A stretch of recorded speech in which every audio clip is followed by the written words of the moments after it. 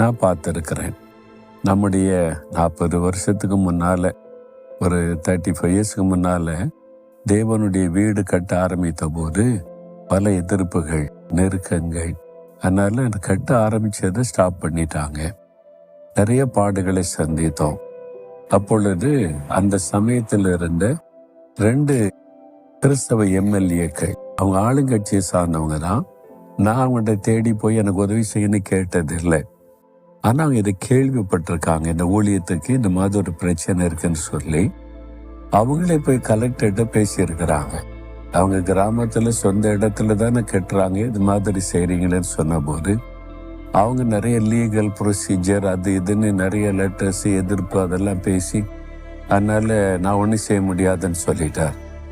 அவங்க பாருங்க, உதவி செய்ய வந்தும் கூட விரதாவாக்கி விட்டார். அவங்களால செய்ய முடியல. அவங்களுக்கு நல்ல மனது இருந்தது எனக்கு உதவி செய்யணும்னு.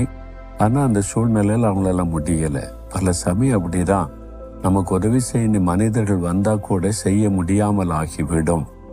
மனுஷருடைய உதவி விரதா. ஆனால் கர்த்தர் உதவி செய்ய ஆரம்பிச்சிட்டா இக்கட்டில் ஒருத்தரும் தடுக்க முடியாது. கொஞ்ச காலம் அந்த தடை இருந்தது. ஒரு நாள் வந்து ஆண்டவர் சொன்னார், வேலை ஆரம்பிங்க, நான் கூட இருக்கிறேன்னு சொன்னார்.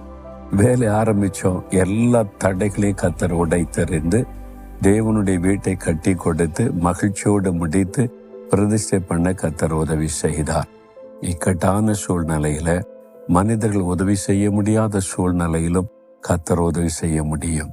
அல்லது மனிதர்கள் உதவி செய்ய மறுத்துட்டாலும் ஆண்டவர் மறுக்க மாட்டார், உங்களுக்கு உதவி செய்வார்.